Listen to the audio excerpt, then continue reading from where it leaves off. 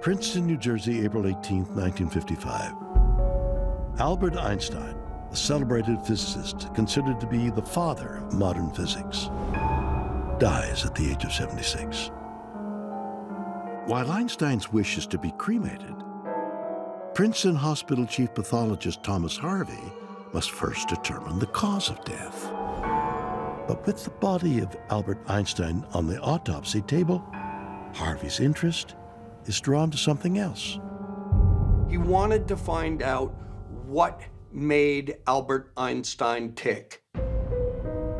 And he sees, wow, there's the source of it all, the brain. There was something about the brain that fascinated him, and with no small amount of effort, he cut the skull, removed the brain, perfused it with formaldehyde. And the next morning, the New York Times says that Thomas Harvey has preserved the brain for scientific study. Thomas Harvey believed that somewhere within Einstein's brain was the secret to his genius.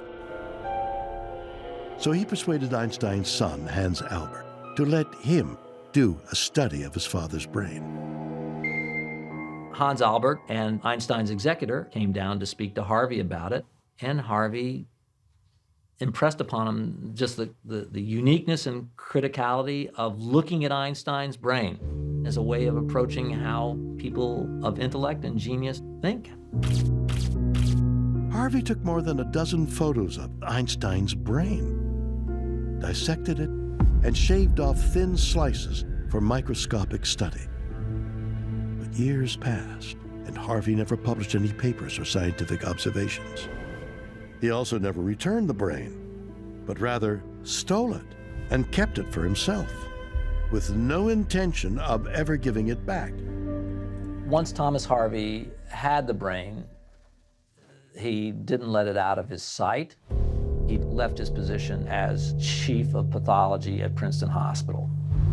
And he headed out to the Midwest, and he went into general practice. But the brain was always with him, stored in 2 large glass jars and in cardboard boxes. There's been a historical trend of examining the brains or the gray matter of geniuses to try and find out what makes them tick.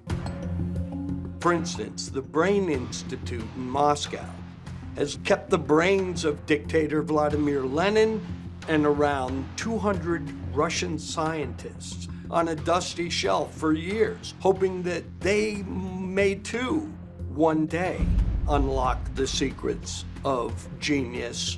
But there's a fine line between science and grave robbing.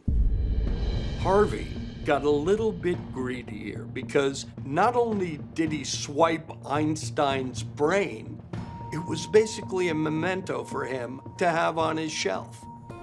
You'd think that the next of kin might have something to say about it.